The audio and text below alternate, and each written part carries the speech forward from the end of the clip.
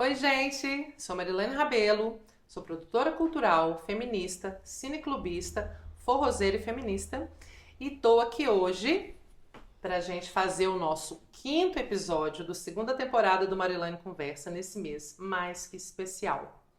No mês de março, mês que a gente comemora o Dia Internacional das Mulheres, nós vamos ter um podcast bem diferenciado. Vai ter um episódio por semana e cada episódio com uma mulher foda. Pode falar foda? Pode. Pode. São mulheres que eu admiro, que eu acompanho e que eu acho importante trocar essa ideia e trazer para conversar aqui com a gente. Então, hoje, nessa primeira semana, de maneira geral, o tema do mês de março vai ser, olha que chique, do nascer ao tornar-se, metamorfose feminina.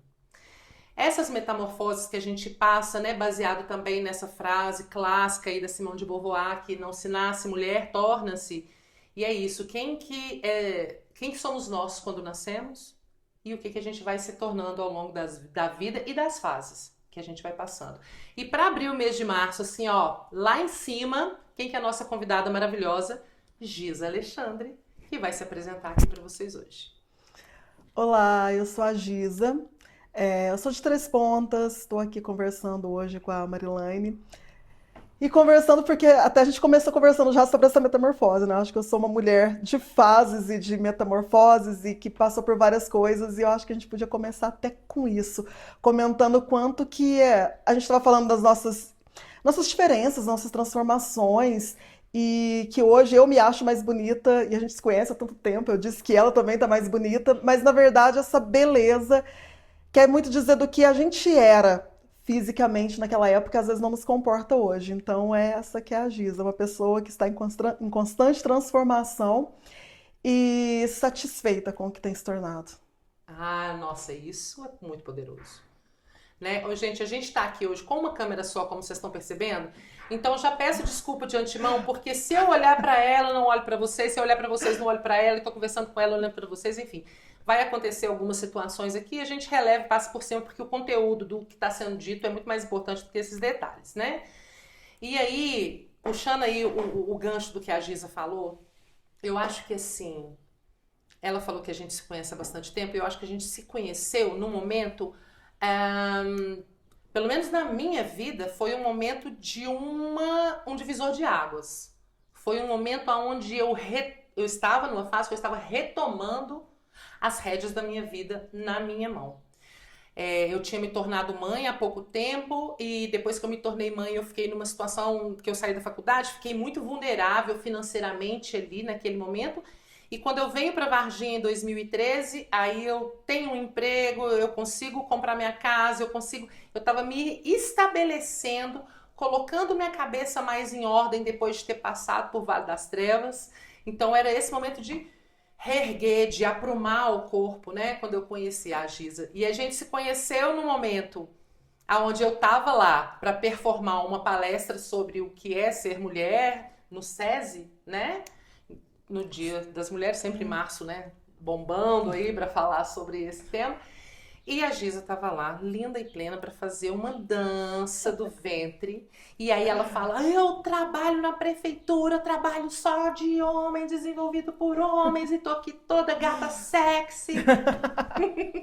Eu trabalhava na obra, né, tapando buraco no asfalto e tava lá de roupa de dança do ventre. Até o prefeito passou e falou: Ó, tá bonito. Eu falei: vai lá ver o dia que eu estiver lá na rua. Nem me reconhecerás. Não tô bonita, bem, eu sou bonita, dá licença. E, gente, assim, pra mim, aquela Giza que eu conheci lá, pra quem essa mulher foi se tornando, 2013, então eu estou falando de 10, 11 anos. O que foi essa jornada, Giza? O que foram esses últimos 10 anos na sua história e no seu empoderamento feminino da mulher, da potência da mulher que você é hoje? Conta um pouquinho pra gente dessa jornada. É, eu acho que a gente só para perceber mesmo, fazer esses cálculos assim de bagagem, de transformação quando perguntado. Porque no dia a dia parece tão natural, né? Assim, você vai se transformando, vai mudando, mas parece tudo tão natural. Naquela época, para mim também foi um divisor de águas, porque eu tinha muito pouca consciência de mim. Ali o que estava acontecendo foi um pouco disso também. Foi meu primeiro emprego, que foi... Eu tinha saído da exploração como empregada doméstica, como trabalhadora rural. E como empregada doméstica, eu saí da escola com 12 anos, na sétima série, para ir trabalhar como doméstica, porque a patroa não aceitava que eu trabalhasse depois da escola. E assim, era uma mulher negra, sem consciência de que era uma mulher negra, explorando uma criança negra, maltratando em casa, pagando pouco. E aí eu lembro que nessa época eu pensei, eu quero estudar. Aí foi uma faculdade para minha cidade. Falei, opa, agora eu vou voltar a estudar à noite porque eu vou poder fazer faculdade. Aí eu fui lá perguntar e descobri que o curso de administração ou direito que tinha lá na época era 3 vezes que eu ganhava na casa da mulher. E eu tinha que trabalhar até às 7 da noite. Aí eu ficava pensando, não vou estudar então, deixa pra lá, né? E comecei a ler. Eu lembro até o primeiro livro, eu roubava livro dela, viu, gente? E A menina que roubava livros. a menina que roubava livro. De verdade. Aí eu roubava livro dela, eu roubei um chamado Escorpião na Balança, de Cassandra Rios. Foi o primeiro livro de adulto que eu li. Tinha uns 14, 15 anos. Nunca tinha lido assim um livro que não fosse infantil, da escola. E ele era um livro que era uma mulher bissexual que tinha um relacionamento com um homem mais velho e era apaixonada por uma outra mulher. E o que esse livro tem a ver com esse momento? Porque esse livro, ele começou a trabalhar em mim um sentimento de que, nossa, eu sou mulher. Mas que mulher eu sou? Ali dentro eu via na personagem, que eu não me lembro o nome da personagem, e aí eu via aquele sentimento de eu sou mulher, de eu sinto o meu corpo, de eu me gosto, de eu me toco. E eu comecei a me sentir ali nesse pensamento, eu olhar para aquela patroa e pensar, eu não quero servir a essa mulher o resto da vida, porque eu não estou ajudando ela e ela me ajudando, ela está me puxando para trás. Então, quando eu chego na prefeitura, eu estava com 25, 26, quando eu chego lá, eu fui para um ambiente onde só tinha homem, e ali foi para mim um momento assim, foi um divisor, porque foi o ano que eu resolvi voltar a estudar. Aí eu lia muito, depois desse livro eu comecei a ler demais, inclusive os obrigatórios para vestibular, tudo. Comecei a estudar sozinha e eu me formei no ensino médio através do Enem que eu fiz naquele ano. Tirei uma nota muito boa, entrei num técnico em enfermagem também pelo Instituto Federal, que aí são as políticas públicas que ajudam a gente a mudar de vida, né? Que aí eu consegui tanto entrar num polo do Instituto Federal e entrar e passar no Enem. E aí surgiu o concurso da prefeitura aqui de Varginha. Falei, cara, pertinho, vou fazer. Fiz, entrei. Fui trabalhar com um monte de homem lá na prefeitura. Aí você pensei, agora a feminilidade já foi embora, né? O que tinha de resto acabou. Mas não, ao contrário. Eu trabalhando naquele lugar, eu sentia muita empatia, muito cuidado. Eu ganhei vários pais. As pessoas olhavam para mim, trabalhando ali, inclusive parentes. Algumas pessoas olhavam como se eu fosse uma prostituta que trabalhava no meio de um homem. Que, tipo assim, sabe, que você sai de casa e vai ficar com esses caras lá. E tentavam falar coisas que insinuavam algumas coisas. E no primeiro mês eu não tinha salário ainda, eles me davam dinheiro para pegar ônibus. E aí as pessoas achavam, é sexo, né? Gente, é um serviço pesado. E ela ficava com uma roupa que, tipo assim... Botina, cheirando a óleo diesel. Mas o que acontece? Eles me adotaram como a filha de todos eles. Então cada um me dava um dinheirinho para ir embora de ônibus, porque eles não queriam a filha pegando carona na beira da estrada. Então é um carinho muito grande que eu tenho pelos trabalhadores da prefeitura aqui de Varginha, principalmente os que trabalham na rua. E aquilo foi sabe, tudo que eu não tinha antes, de carinho, de cuidado, de abraço, eu sentia naquelas pessoas.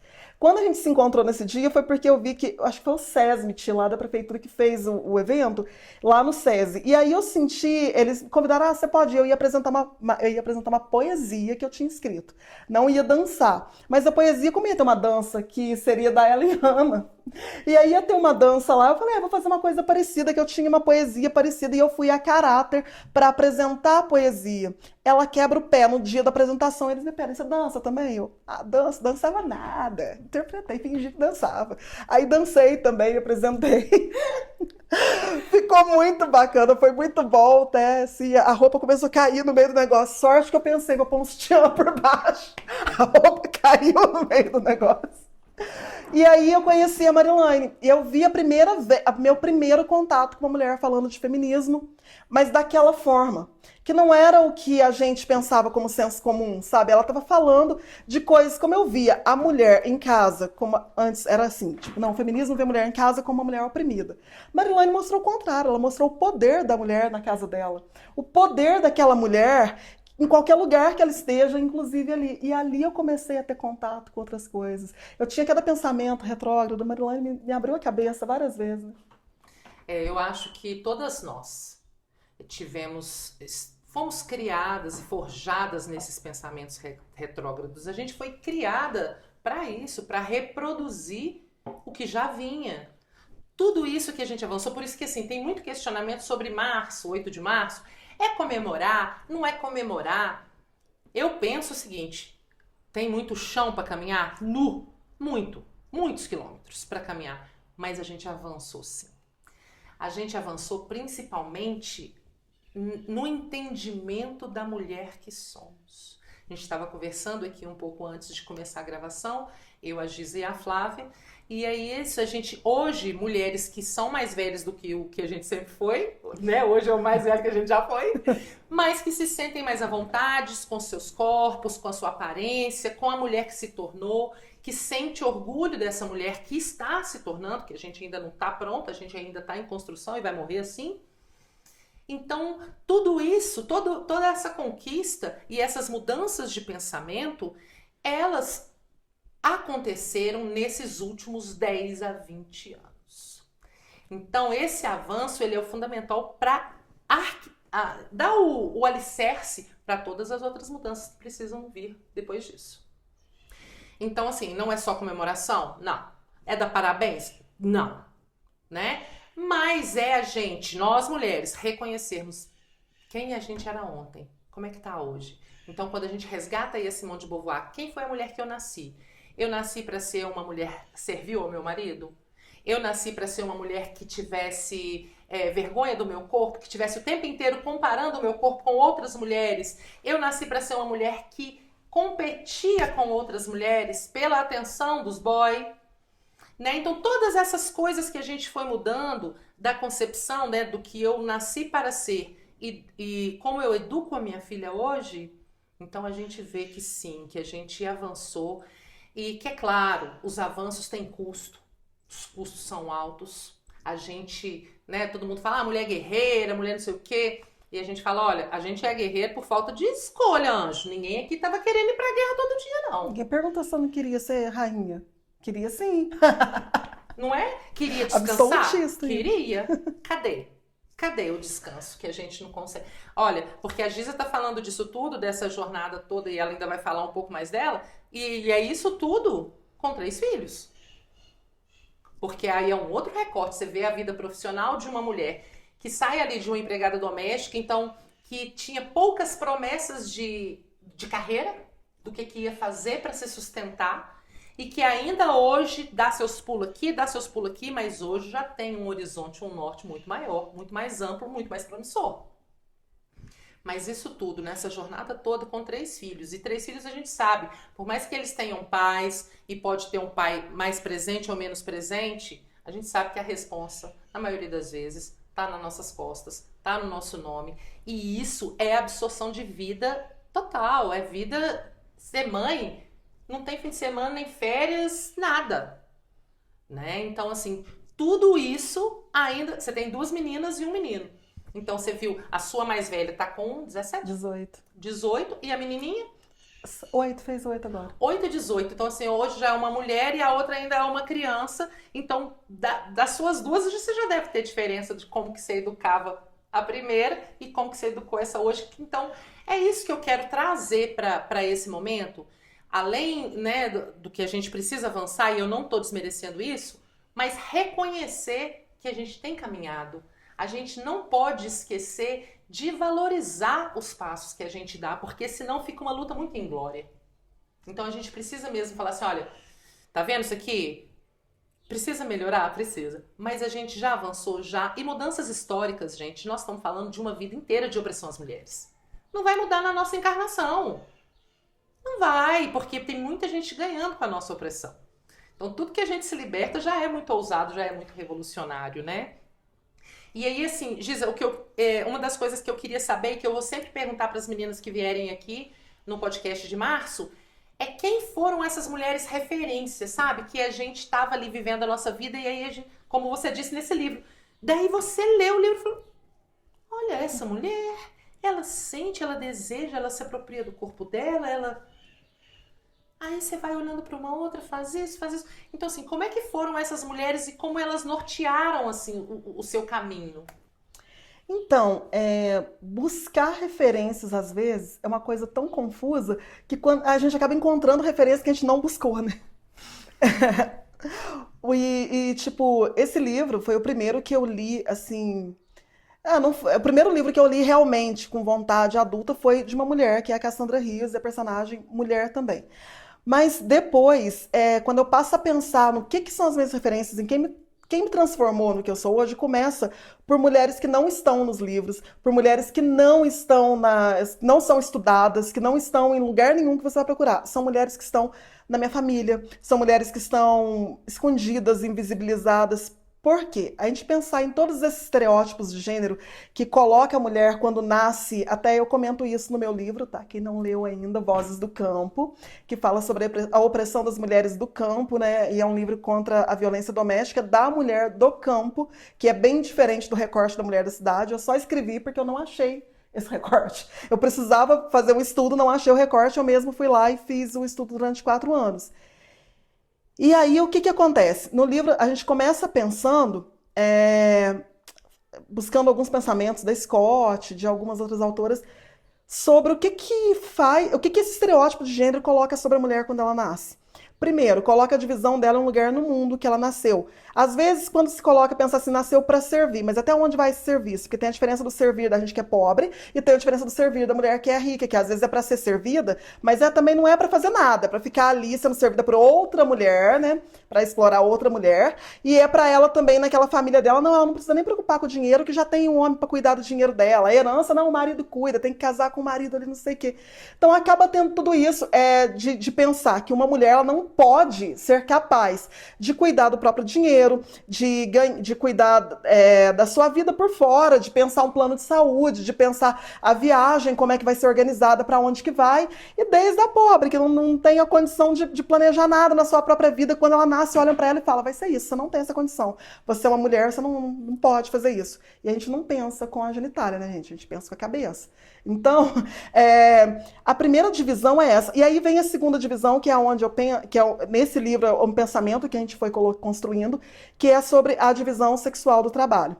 Porque a divisão sexual do trabalho, ela começa, que aí vem nessa parte da minha vida de achar, não, tô num trabalho com homens. Então os homens me tratam como uma princesinha, porque ela é mais fraca. Fisicamente é óbvio que eu era mais fraca, né? A gente trabalhava com homens ali. E eu era mais fraca naquele serviço até passar 2 meses. Depois não tem disso também não, porque a faxina também é bem brava, né? Então a gente estava acostumada. Só que o que acontece? Essa divisão sexual do trabalho, esses estereótipos, eles são colocados no sentido de... Lá no campo tem uma divisão assim que eu percebi nas entrevistas. Aqui no sul de Minas, as pessoas costumam dizer que o serviço de homem é o quê? Capinar café. E o de mulher, na época da colheita, é apanhar café, às vezes junto com homens e tal.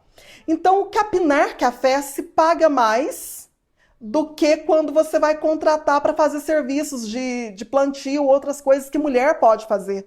É uma forma de remunerar menos a mão de obra da mulher, porque tem outras mulheres que eu entrevistei em outros estados e em outras partes do próprio estado de Minas Gerais, onde o capinar é serviço da mulher e o do homem é o serviço de colher, fazer outras coisas. E aí se paga mais nos outros serviços e menos no de capinar. Ou seja, o capinar não é mais pesado ou mais leve num lugar do outro. É só porque dividiu o que é da mulher, julga-se ser mais fácil, porque se uma mulher é capaz de fazer, então é mais fácil, mais simples, e aí se paga até menos.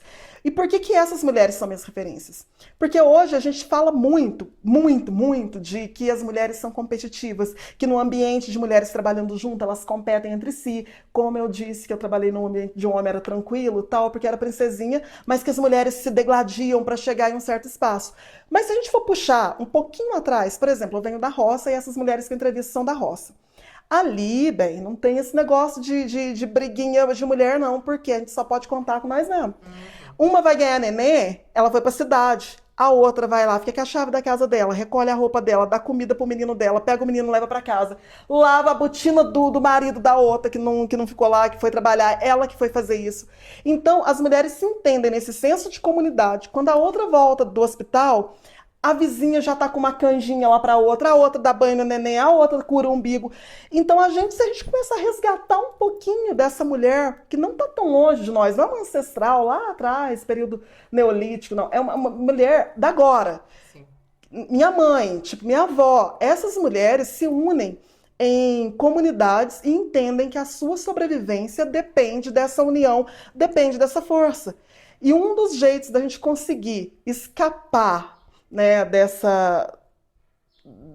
estereótipo de gênero que coloca sobre a gente que a gente tem que fazer certas coisas e que a gente sozinha, que a gente tem que lutar e guerrear e ser a guerreira e chegar, é tão mais fácil dividir o fardo com quem entende o tamanho do seu fardo e a gente faz isso naturalmente. Porém, até isso tiram de nós, porque o capital precisa nos explorar, nos colocar como mão de obra mais barata, nos subjugar e fazer uma disputar com a outra para ver quem é que disputa mais a migalha que eles estão oferecendo. Você acha que essa união ela tem a ver com o recorte social, financeiro? Porque assim, você estava falando e eu penso, pô, você pegar no campo, mas você pegar numa favela ou numa Coab, né? Eu cresci numa Coab, aonde a minha mãe, era só eu e minha mãe, e a Flávia, a gente estava conversando sobre isso, e assim, nunca foi dito, a minha mãe nunca disse para nenhuma vizinha, olha a minha filha. Mas enquanto minha mãe trabalhava e eu não estava na escola, não era no mundo do dito, mas eu sabia que eu não estava sozinha. Sabe? Então tinha um pré-acordo de mulheres que precisam. Mas as mulheres que não precisam, que no caso teriam uma babá, uma empregada, uma outra mulher para fazer o serviço para elas, elas perdem esse contato, essa união entre elas? Você acha... Como é que você vê isso? Eu não sei, eu acredito que... Eu comecei a rir porque eu pensei um negócio aqui que eu acho que eu não posso falar. Mas deixa o negócio que eu não posso falar, depois eu falo longe das câmeras. Mas eu penso o seguinte, eu acho que o senso de comunidade, ele vem da natureza. Eu acho que quem tira o capital. E como a mulher rica, a mulher de classe média, ela está inserida nesse mundo do capital, ela detém o capital, então ela não pensa mais que ela precisa do outro, ela pensa que ela só precisa de dinheiro. Porque o dinheiro compra a mão de obra de outra mulher, compra outras pessoas. E eu fui falar outro dia, foi até esse ano, lá no Senado. Sorry. Eu fui falar lá no Senado, na Comissão de Direitos Humanos, sobre uma análise dos 10 anos da Lei das Domésticas, que as empregadas domésticas passaram a ter direitos... Gente, não, isso, volta, ó, há 10 anos as empregadas domésticas passaram a ter direitos trabalhistas, né, há 10 anos. E aí, que a CLT dos anos 40 e as mulheres domésticas a partir de 10 anos para cá. Então vamos fazer uma análise desse tempo, o que mudou. Lembrando que quem conseguiu, gente, enfrentar todo mundo e liberar, transformar, considerar trabalhador mulheres trabalhadoras domésticas, foi a presidente Dilma. Então é uma mulher, sabe? Apesar de Congresso, apesar de tudo, uma mulher que conseguiu sancionar isso. E aí a gente foi fazer essa análise, estava lá várias mulheres dos sindicatos das domésticas, várias pessoas, enfim... E quando eu fui começar a falar lá, eu tive uma fala até assim que eu fui ficando mais incisiva, porque eu queria falar que estava cheio de senadora, cheio de mulher rica lá, até aquela Soraya do agro estava lá, né, várias mulheres. E aí uma das minhas falas foi o seguinte, gente, eu comungo muito com o feminismo. O feminismo não é o feminismo, são os feminismos. E o feminismo que mais me atinge é o feminismo classista e rural. Porque eu tô preocupada com a minha companheira de luta. Porque tem muito aí, se a gente for pegar na história do feminismo liberal, que enquanto uma mulher explorada na casa da outra, né, para a outra poder sair para trabalhar. Que eu, minha avó, minha mãe, minha bisavó, minha tataravó, não lutou para ir trabalhar, entendeu? A mulher pobre sempre trabalhou. Então a gente tem que toda essa diferença. E aí, quando eu falei disso, eu falei assim, porque a mulher rica, ela se apropria até hoje, ela também foi um objeto na época do patriarcado, né, que se instaurou no Brasil e etc., dos senhores de engenho. A senhora, ela só era senhora dentro da sua casa em cima de outras mulheres. porque ela também era um objeto do marido. Era o marido mandava no engenho, no escravo, na mulher, no filho, em todo mundo, padre, em todo mundo que estava em volta dele. Tanto que os homens negros e pobres têm que entender, gente. Vocês têm que colar com nós, porque vocês não são privilegiados, vocês não são os patriarcas. Vocês também é fruto do que era do patriarca. Vocês não são ele, entendeu? Vocês eram dele. E muito disso a gente fala também. Às vezes você é muito mais explorada por uma mulher rica do que por um homem pobre. Então, muitas vezes você está correndo junto com seu mano pobre, com seu mano preto, e a mulher rica lá se beneficiando da exploração de vocês. Então, aqui embaixo, olha, tem que dar a mão, porque nós estamos todo mundo junto. A diferença é que enquanto se deu ao homem a obrigação de ser mecânico, eletricista, carregador de mala e só isso, e ter que trabalhar e prover, e aí enquanto isso você tem que fazer todo o resto e manter ele vivo, ele alimentado com a comida que ele trabalhou para comprar, mas você tem que cozinhar para ele, botar um pratinho para ele, lavar a roupinha dele, porque senão ele não vive. Às vezes na loja comprar, porque minha mãe que comprava a roupa dos homens da casa, você tem que ir na loja para comprar e tudo. Então tudo isso, eu acredito que seja uma forma de pensar. A mulher, ela é explorada nesse sentido, né, dentro da sua casa, só que com um certo poder, talvez, de escolher o que o homem veste, escolher o que o homem come hoje, o que ele vai comer amanhã. É uma forma de pensar, cara, por que dentro do capital se escolheu que aqui embaixo a gente também teria que ter essa divisão? Por isso que a gente cria nossas filhas hoje de pensar, não tem estereótipo de gênero na minha casa, porque nada se faz aqui com genitália. Não nasceu com a genitália masculina ou feminina, tanto faz. Vocês vão arrumar a cama igual, vão fazer as coisas iguais. E aí, nesse sentido, eu me fugi um pouco do tema, mas é nisso. Eu acho que a mulher rica, ela tem o capital. E a gente não tem. Então, a gente tem a nós mesmos para ajudar a outra. E eu vi isso um pouco na aldeia indígena também. Que a criança é filha de todo mundo. Então, não é uma coisa só cultural, é uma coisa da família. O menino, pelo menos entre os Yanomami, que é os que eu tive essa vivência, a criança, ele é filho da mãe, da irmã da mãe, da mãe da mãe. Aí, às vezes, a criança foi para o hospital, pergunta, cadê a mãe dele? Não, cadê o menino? Tá lá, com quem? Com quem ele tá? Com a mãe dele. Mas a mãe dele não é essa. Não, ele tá com a outra mãe dele. Quem é a outra? As irmãs da mãe. Então, as tias irmãs do pai são tias mesmo. E as irmãs da mãe são mães também. E eu acho que isso se repete em outras sociedades mais pobres, assim. Nós aqui embaixo é diferente. Aqui embaixo as leis são diferentes. São diferentes. E eu acho que isso que você traz da mulher que serve, e a mulher serve o quê? Serve ao capital, né? Muito mais do que ao homem, ela serve ao capital. Por quê? Uma coisa que era muito pesado para mim pensar nisso, né? Enquanto o homem trabalha, a gente dorme, a gente cuida de todo o resto, como você disse, a gente cuida de tudo que implica um lar, de tudo que implica a criação das outras pessoas. Que isso já é uma coisa muito poderosa, né? Enquanto a gente cuida disso tudo, cuida dele ficar mais manso para voltar para o trabalho amanhã, tem todo esse arcabouço que a gente cumpre esse papel. A gente não aposenta, a gente não para nunca. Esse trabalho nunca acaba. A gente sempre vai precisar lavar roupa, sempre vai precisar limpar a casa, sempre vai precisar comer, comprar, pensar no que vai fazer para comer, que isso é uma das coisas que mais me mata. Ir lá comprar, fazer, lavar vasilha. Sabe? Então, assim, eu vivi uma situação onde estava o cara aposentado e a esposa. E aí ele, não, eu trabalhei tudo que eu tinha para trabalhar nessa vida, sustentei essa família. E agora ele não tirava o prato da mesa. E eu olhava para ela e pensava assim, filha, a sua aposentadoria não vem. Não vai vir, não vai ter essa hora que vem. E aí quando a gente... Porque eu também acho, Giza, que com a tecnologia, as informações que a gente tem, muitas vezes a gente se vê num lugar meio dual. A gente acha assim, não, mas a gente está debatendo isso ainda? Já avançamos nisso. A gente às vezes cai nessa armadilha. Mas às vezes quando a realidade vem dá um choque. Eu estava vendo aquele filme Ângela Diniz, né? Uma socialite belo-horizontina que tomou 4 tiros quando quis se separar do marido. 4 tiros na cara. E aí, ele alegou legítima defesa da honra. E ficou preso pouquíssimo tempo, não lembro, ao certo acho que foi 2 anos só. E quando ele saiu, veio aquela revolução das mulheres, quem ama não mata. E aí isso fez com que ele fosse a júri de novo e pegasse uma pena maior. recorta para 2023, 2023, ano passado, o ano que cai essa lei de legítima defesa da honra.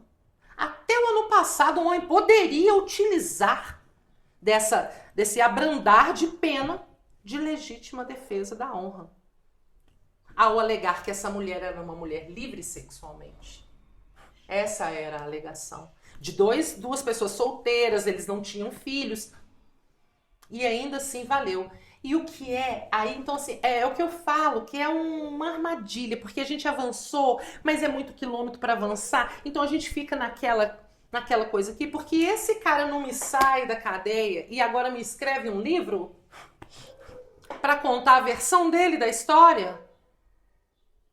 Então, assim, ao mesmo tempo que a lei cai em 2023, a lei de legítima defesa da honra cai, nesse mesmo ano esse cara escreve um livro.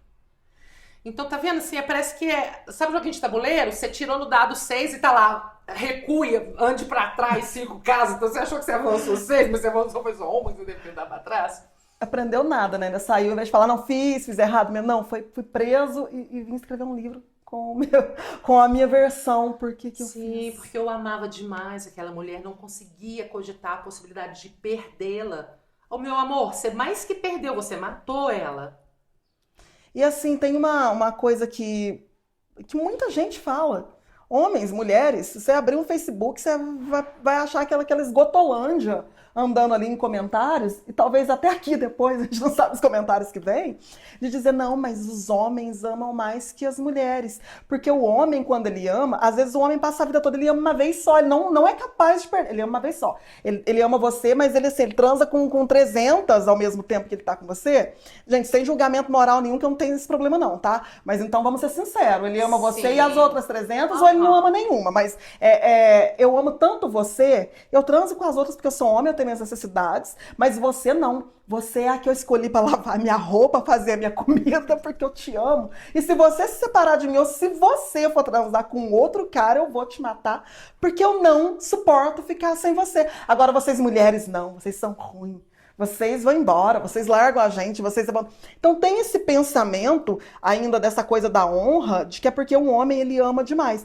Fora a questão da honra, que é o sentimento, né, que ele ama demais, ele ama tanto que para ele tem que ser propriedade, porque ele não consegue pensar o amor sem ser propriedade. E a gente ainda hoje, eu falo a gente às vezes, porque dependendo quem é esse homem, que a gente é muito fácil julgar quando é alguém lá que a gente não conhece também, porque a gente tem, gente, o patriarcado na nossa cabeça. A gente foi criado ali. Então a gente tem que, se for um filho meu, se for meu irmão, cometendo qualquer coisa, até onde meu paninho não vai passar pra ele.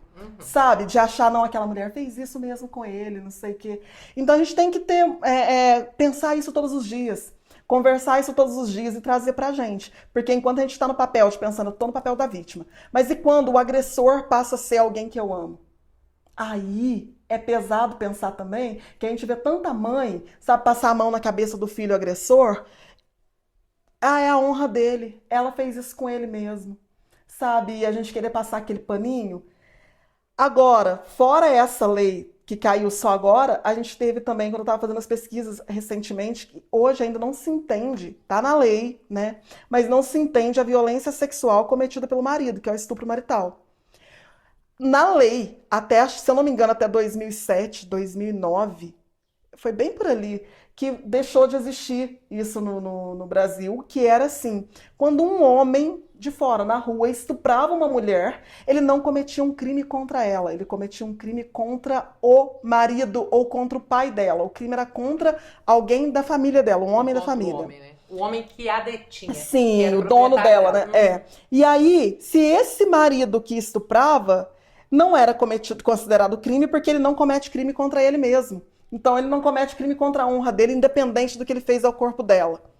E isso só caiu em 2009, mas as pessoas ainda não sabem.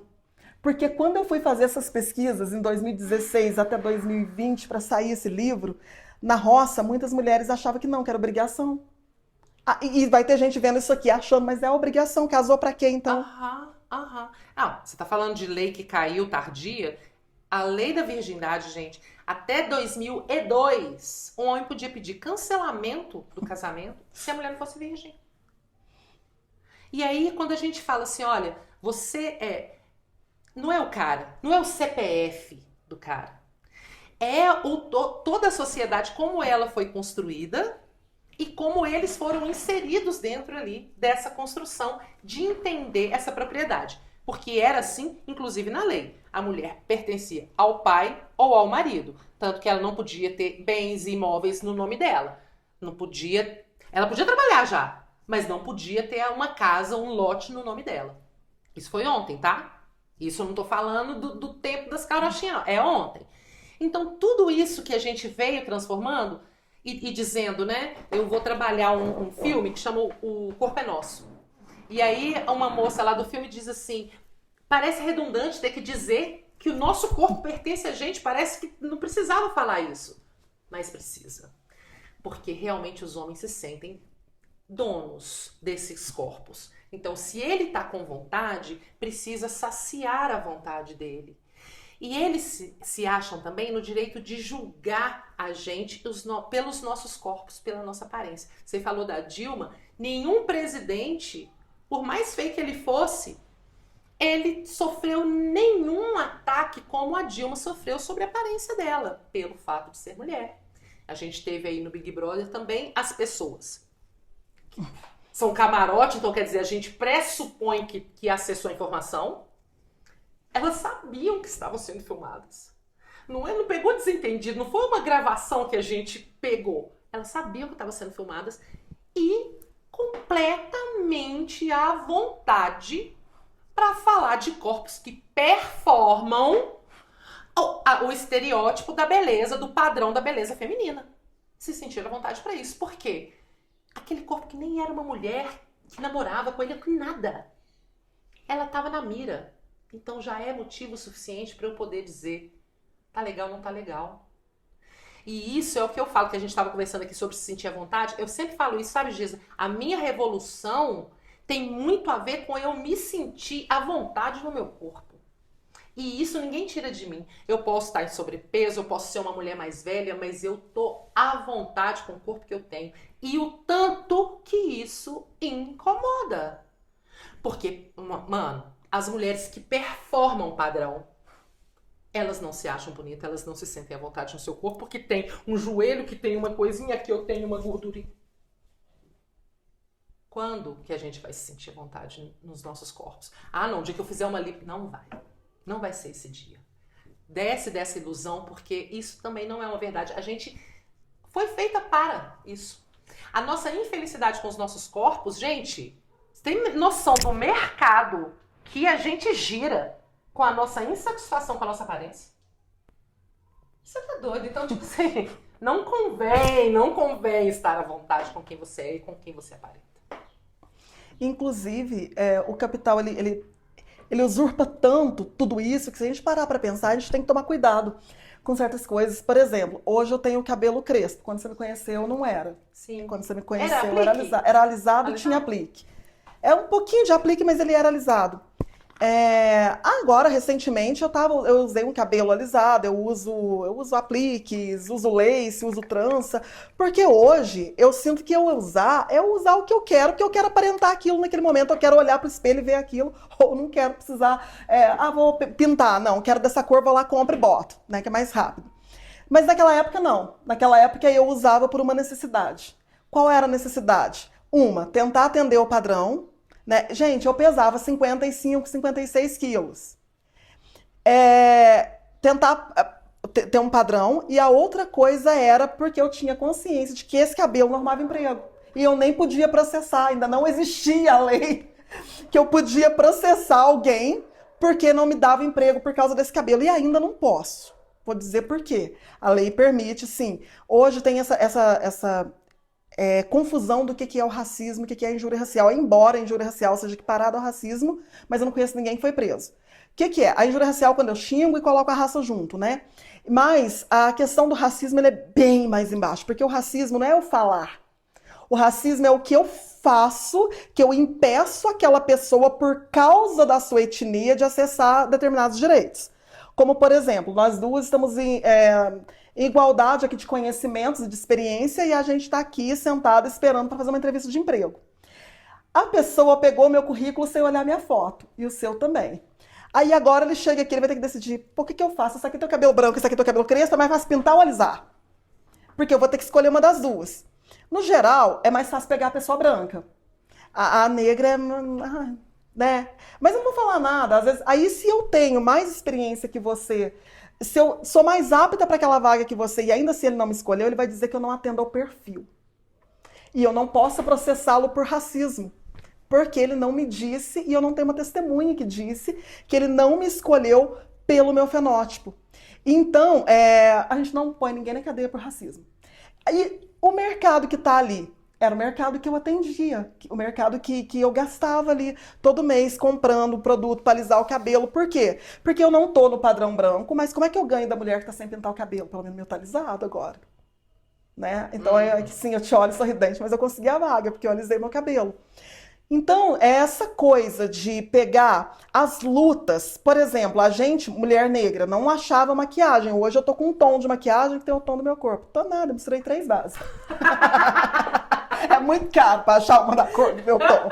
Então, mas eu tive que consumir de graça, mas eu fiquei assistindo conteúdo para aprender a fazer isso. Não, enquanto pra mim, eu vou nessas lojas de R$10 e acho uma base por R$10. E fica boa. Então, ou seja, porque agora que entenderam que mulher negra também quer se maquiar, que também gosta de maquiagem. E aí vem o capital. Aí eles vão pegar a mulher negra e falar, eu tenho produto também pro seu cabelo crespo. Não só para alisar, agora vocês querem usar assim? Vamos usar, eu tenho produto de beleza e é caro, você vai ter que ralar para comprar. Então a gente quer performar. E mesmo por mais que a gente faça, por mais que a gente tente, a gente não vai atingir o padrão que está pré-estabelecido, porque alguém tem que ganhar dinheiro. Se eu já comprei tudo, toda a maquiagem do mundo, já comprei toda a roupa do mundo, todo o alisante de cabelo, toda a tinta possível, e ainda não estou satisfeita, agora é o cirurgião plástico. Aí eu vou começar a parcelar, eu vou lá no banco para tentar aumentar o meu crédito e vou parcelar. Por quê? Enquanto isso, gente, o cara que tá me julgando, ele tá lá com o cabelinho dele branco, enroladinho na cabecinha dele, com a barriga dele aqui, com o chopinho, mas ele pode. Por quê? Quem disse que ele pode? Foi uma convenção, assim, que disse ele pode. E você não. Por quê? Porque você não tem que ser competente, inteligente, legal, você tem que ser bonita, e a beleza não é me sentir bem. Sentir bem causa ódio. Não, a beleza não tá nos olhos de quem vê, né? A beleza tá num padrão inatingível. Inatingível. E aí, dentro disso, né, eu acho muito engraçado quando a gente fala da sexualidade, e aí fala assim, ó, para atender a necessidade do homem, porque afinal de contas o homem tem suas necessidades, né? Ele vai honrar você, a mulher do lar, a rainha do lar dele, mas vai ter todas as outras. E aí eu te pergunto, vai ter todas essas outras pra quê? Pra quê? Porque de fato, como eu percebo hoje as relações, eu fiquei solteira, eu fui casada há quase 20 anos. Então, olha o gap histórico de quando eu era solteira, pré-casamento monogâmico e pós-casamento monogâmico. Então, assim, uma das coisas que me deixa muito surpresa é como as pessoas se relacionam, os homens e as mulheres se relacionam sexualmente hoje. A mulher, mesmo a mulher que mal conhece o cara, ela ainda é para servir. E assim, qualquer coisa que fuja a isso, deixa os homens muito assustados. E assim, gente, a gente gosta tanto de falar da biologia, né, do corpo e tal. Se a gente fosse pensar por isso mesmo, quem tem que saciar a vontade de quem? Era o homem saciar a vontade da mulher. Não sei se vocês estão sabendo, a gente tem um órgão exclusivo no nosso corpo para o prazer. Ele não tem função de regular hormônio, de mais nada. Ele tá ali só para isso. Só as mulheres têm esse órgão. Ele nem precisa de homem para ser feliz. O bom é isso. Nem interno ele tá, né? Pra falar assim, preciso cavucar. Não precisa. E aí, assim, eu lembro que eu fui uma menina, uma jovem muito de revista, sabe? Adorava as revistinhas, era a minha rede social. Eram as revistas. E muitas vezes eu vi revistas assim, como 10 maneiras de agradar o seu homem na cama. 10 maneiras de não sei o que, de fazer um bom sexo oral. E tchá, tchá, tchá, tchá. Nunca vi uma revista que falasse o contrário. Mas nessas revistas também, comecei a ver algumas matérias assim. X% das mulheres nunca atingiram um orgasmo. Por que será, né? E aí começaram a falar disso. Ué, orgasmo, o que é isso, gente? É de comer? É de compra, vende? Como é que faz isso? Então, quer dizer, até então... E aí eu lembro que uma vez conversando com a minha mãe, né? A percepção da mãe da minha mãe e da minha mãe, que foi criada pela mãe dela, era uma mulher que se dá ao respeito, ela não demonstra prazer na cama. Ela não tá ali curtindo, ela tá cumprindo a obrigação de fêmea.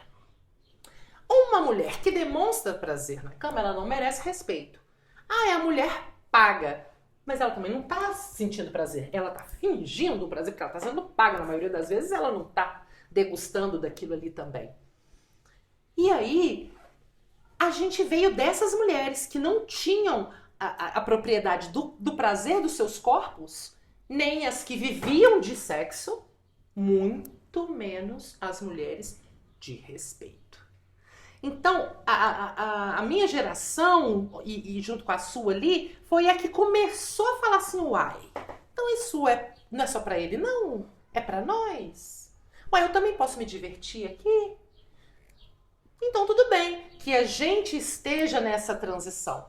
Mas quando eu vejo a juventude, hoje, 20 anos, nos internet, nos smartphones da vida tudo, nos acessos tudo, ainda se comportando assim, ainda sendo servil, os homens ainda achando que é um favor. E aí eu penso assim, gente, sabe como que é dual essa coisa de avança, mas pelo amor de Deus, olha onde a gente ainda tá. Não é? Gente, como o corpo da mulher é maravilhoso, né? E aí, um ser que pode acessar isso, porque recebeu a permissão dela para acessar, acessa muito mal acessado, já todo mal diagramado, né? Chega lá, acessa mal acessado, e ainda vem naquela dualidade. Você não pode, isso vindo lá de trás, você não, lá de trás, mas já agora também, você não pode mostrar prazer, porque se você mostrar, você não presta. Só que também, se você não mostrar que ele te satisfez, você é fria e não presta. E aí ele vai ter que procurar outra, porque ele vai pagar a outra pra mostrar que sentiu prazer. Pra mostrar que ele é bom. Que ele é olha bom. o tanto que ele é bom. Olha o tanto que ele é olha bom. como é que ela tá se divertindo. Então, assim, é uma fragilidade. E eu acho assim triste, gente, que as mulheres ainda tenham que se colocam no papel de criar um homem desse tipo. De criar um homem frágil desse jeito. Homem que precisa de ego elevado todo dia. Homem que... Não, e aí as coach, né, que aparece, que o homem não pode lavar a louça, que diminui a masculinidade dele. Que o homem não pode lavar a louça, que o homem não pode fazer tudo que uma mulher faz, porque senão diminui a masculinidade dele. Que a mulher não pode mandar... Nossa, gente, eu já acabei com tanta masculinidade. Com o lavar a louça, o cuidar de... A gente mora. Eu, o companheiro, as filhas e o filho. Como que você vai dizer, eu vou levantar, vou servir todo mundo, vou cuidar de todo mundo e ensinar as minhas filhas que elas vão cuidar de alguém hoje? Eu sou muito feliz que eu tenho uma filha de 18 anos que não pensa em servir ninguém, sabe? É aquela coisa, acho que da criação mesmo. E mesmo assim, ela ficou muito tempo sem ter acesso à internet, ao celular. Não porque eu não deixava, mas é porque quando ela foi ter esse acesso, o interesse dela já foi em outras coisas, em filmes, em resenha de livro e algumas coisas assim. E isso ajudou a transformar em uma pessoa que absorvia conhecimento daquilo com as doses que eu passava, sabia? Recebendo conhecimento das doses que a gente passava, mesmo a gente tendo que trabalhar, tendo toda a ocupação, mas recebendo aquilo. E isso, pra mim, foi um motivo, assim, de dar uma descansada na preocupação. Até ter outra filha, né? Que agora é a época já de 18 para 8. E um menino também. Porque eu não quero que o meu menino seja um hominho frágil desses que não pode lavar a louça, que não pode ver a mulher ser feliz.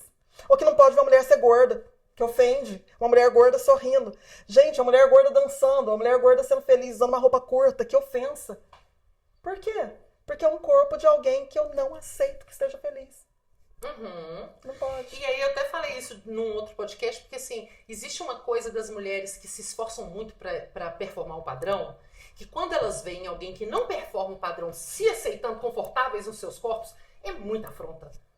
Não, mano, eu tô aqui me matando pra isso, né?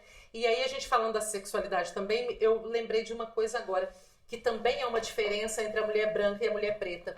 A mulher preta, ela é sempre sexualizada. É da cor do pecado. Né? A mulata é a quente. É aquela das canelas grossas e tá lá no carnaval seminua, tchacaracá, tchacaracá, tchacaracá, tchacaracá. Mas isso não quer dizer também que ela vai estar satisfeita. Isso só quer dizer que ela vai estar mais acessível ao uso e ao mau uso, que é o que eu gosto sempre de reforçar, porque assim, usamos todos nós. Vamos se divertir? Somos tudo adulto aqui na brincadeira? Não, ainda não. Tem que ser, ela vai ser, é para servir.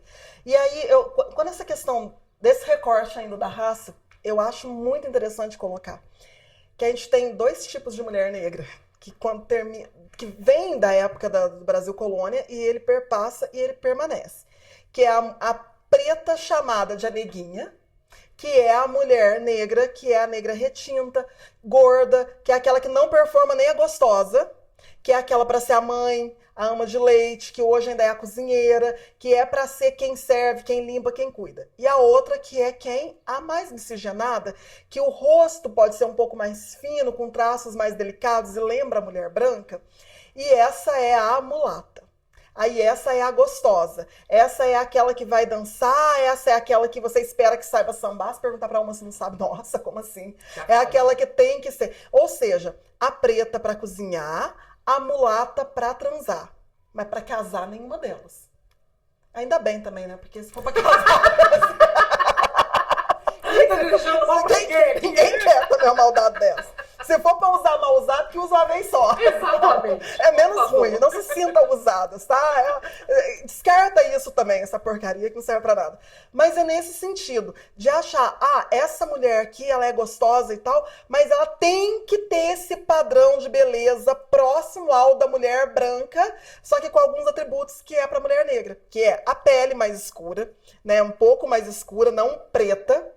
O cabelo não é crespo, é cacheado. Né? A boca, e essa não é a beiçuda, não. Porque como é mais simétrico, aí é o lábio carnudo. Aqui não é tão simétrico, que é mais assim, igual eu, que tem um lábio maior embaixo, menor em cima e tal. Não, essa já é preta. Embora eu já tenha a cor de ser a mulata. Eu tô na dualidade. Não, mas eu já tô passando da idade também. Porque a idade também diz se é mulata ou se é preta. Exatamente. Porque se é preta, se é mais velha, é aí preta. Já passou. É cozinheira. E a mulata tem que ser jovem e gostosa. Então, essa questão toda, porque assim, gente, gosta de mulher, difícil demais. Quem gosta de mulher é nós. Não é? Porque é tanta coisinha, tudo isso que a gente falou aqui. Caramba! Por que gostar de mulher? Gostar de mulher é difícil demais. Né? Gostar não, fingir que gosta. Fingir que gosta. Você falou disso, eu lembrei dos pelos, né? A minha filha tá com 12 anos, tá entrando ali na puberdade, os pelinhos nascendo, né? E aí um dia eu falei assim, filha, tava com o cabelinho no sovaco, filha, quer que tira? Aí ela falou assim, não, mãe, tira não, o cabelo tá aí, deixa o cabelo aí, o cabelo nasceu aí, deixa o cabelo aí. E aí outra coisa, né, que... A minha hidrata. E passa aquela... Ai, gente, o negócio que ela passa no rosto, uma argila, ela também passa. A minha mãe falou assim, eu acho que ela vai me matar de contar isso aqui, mas eu vou contar. A minha mãe falou assim, eu acho que ela depilou, porque eu vi ela pregando um negócio embaixo do braço. Aí eu fui perguntar pra ela, você depilou? Não, eu passei a argila pra ficar mais lisinho. Mas o pelo tá aí, bem hidratado. E é isso, quando os homens vêm dizer de que, eu não gosto de mulher peluda, de não sei o que lá.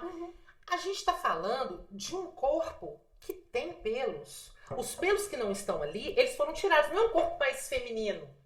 Não tem a ver com feminilidade, tem a ver com intervenção. Sim. Tem a ver com dor, tem a ver com mercado, tem a ver com dinheiro, tem a ver de novo com performar o estereótipo. E aí te tira de novo o direito do pelo nascer aonde ele nasceu. Eu não depilo. De forma alguma, ninguém vai me obrigar a sentir dor para ficar sem pelo. Mas eu raspo embaixo do braço, né? O sovaco aqui é meio raspado. Quando eu lembro também. Aí, o que acontece? Um dia tá eu e um cara conversando. Ele não é nada meu, mas a gente tava conversando. E o bonito, camiseta regata, né? Aquela maravilha. com o braço aqui. Aí eu fui, passei a mão no cabelo. E meus pelinhos começaram a crescer, porque é raspado, então o pelinho tava aparecendo. Sim. Aí, grossinho, né? Porque quando depila, fino. O meu não, era grosso, é rapado. Ele foi, olhou. Você tem pelo no sovaco? Eu falei, você jura que você não sabia que gente tem pelo no sovaco? Ó o seu, sabe? E é uma pessoa que também não é padrão, né? Mas é homem. E aí olhar e dizer, você tem pelo. Eu quero, nossa, que estranho, eu pensei que a gente fosse da mesma espécie. Né? Porque outros animais da mesma espécie costumam ter. Se um tem pena, o outro também tem. Um tem pelo, o outro também tem, né? São pouquíssimas coisas que a gente tem de diferente. Sim. Então, eu acho assim, a gente está caminhando aqui para o final, a Flávia já me deu um toque ali, né, pra gente não ficar com um podcast muito grande. Eu acho que o que, para mim, é muito forte, muito fundamental, não é fácil, não é magia, é tecnologia, é persistência, é trabalho, é dia a dia. Ninguém, gente, sai do mundo patriarcal e tá isento. Ninguém sai do mundo racista e tá isento. A gente tá o tempo inteiro em vigília. A gente tá o tempo inteiro se observando e dizendo mais pra cá, mais pra lá, menos, mais. Porque é isso, todo o entorno que a gente foi criado e está inserido pesa. Então resistir é trabalho, não é magia mesmo. E é isso, quando você mulher, tá à vontade, tá feliz dentro do corpo que você ocupa, isso é muito revolucionário. É revolucionário para as outras, é revolucionário para a sociedade, mas principalmente é revolucionário para você, para a sua saúde mental, para a cabecinha que você coloca no travesseiro de noite para dormir e ver que esse corpo é o corpo que você mora. É um corpo que você habita. E aí tudo bem se você quiser ser mais saudável, tudo bem se você achar que você tem que emagrecer, quiser fazer crossfit. Seja livre, sabe? Mas entenda que eu tô falando ser livre, mas entre ressalvas, como eu disse antes, a gente tá num emaranhado, se libertar dele não é fácil. Ninguém é livre de verdade, a gente tá na luta, num processo, numa lida para resquícios de liberdade, pontinhas de liberdade. Mas vale muito a pena, porque eu acho que a maturidade traz isso também, essa coisa de falar assim, mano, é isso aqui, é o que eu tenho para oferecer e tá ótimo, tô super feliz com isso que eu tenho. Mas para as meninas jovens também, que elas entendam que para elas ainda a cobrança é maior. Como a gente estava dizendo, a Giza disse aqui, quando você fica mais velha, você já sai do mercado. As meninas mais novas têm que competir muito mais. Não compitam. Não entrem em competição umas com as outras. Fiquem confortáveis com seus corpos, elogiem os corpos das outras.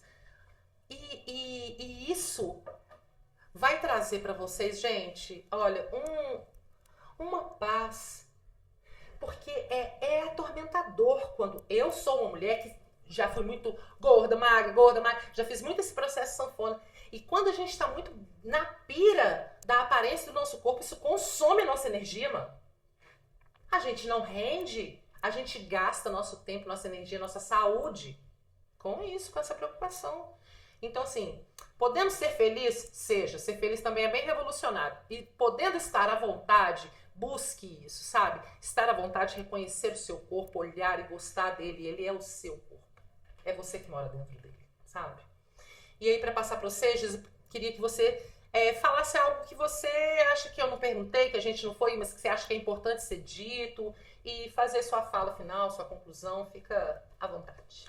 Me pedir para concluir alguma coisa tão difícil. É boa na prosa, nas conclusões que é um problema. É porque eu vou devagando, e às vezes eu falo, não, eu esqueci de falar um negócio lá atrás, mas Sei bem.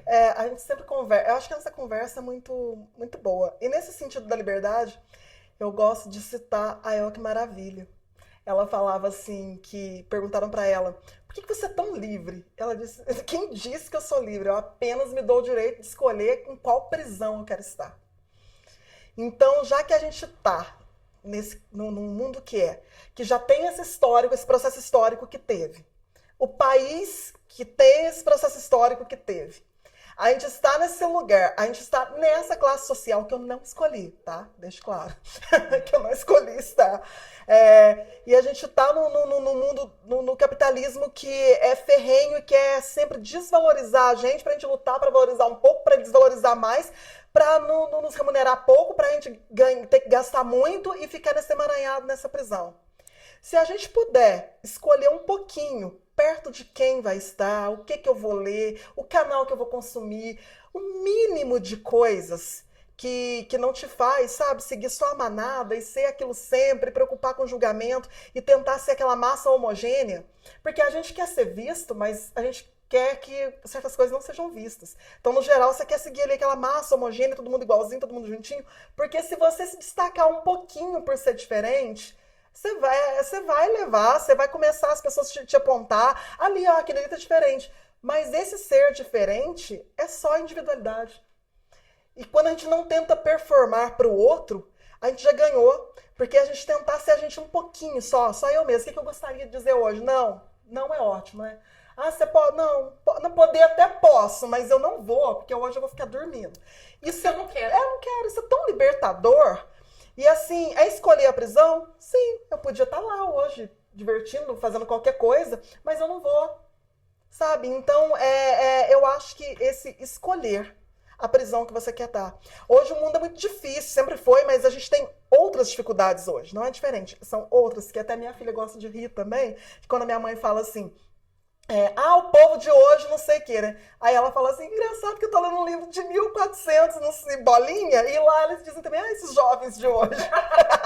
Mas é isso, que a gente tem dificuldades diferentes, né? E algumas das dificuldades que a gente tem hoje, do mundo tecnológico, de escolhas difíceis, escolher a profissão, escolher onde quer estar, o que quer fazer. Tem coisas que às vezes a gente decide para aquele momento. Por exemplo, hoje eu quero estar feliz trabalhando com o que eu gosto, ou eu quero ganhar um dinheirinho para depois daqui 6 meses eu viajar.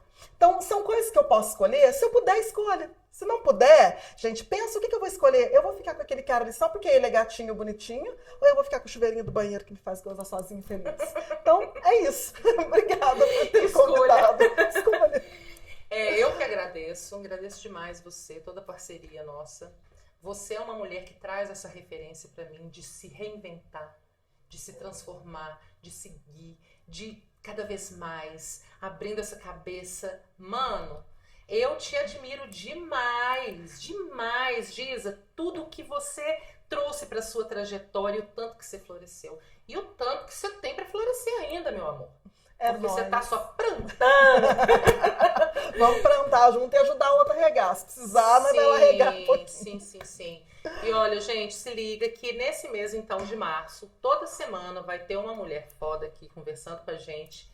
Porque a gente se constrói também no exemplo da outra, na convivência com a outra. E a minha intenção de trazer essas mulheres aqui é que a gente vá aprendendo um pouquinho com elas, com o que elas já aprenderam, para a gente também se tornar transformada na transformação dela. Então, muito obrigada a vocês, todas que estão aqui, que ficaram aqui com a gente até agora. Obrigada, Flávia, que ajuda a gente aqui com toda essa manutenção e que é uma mulher maravilhosa também, mãe de 3 filhos também. E é isso, gente. Até semana que vem, então, um beijo. É nóis.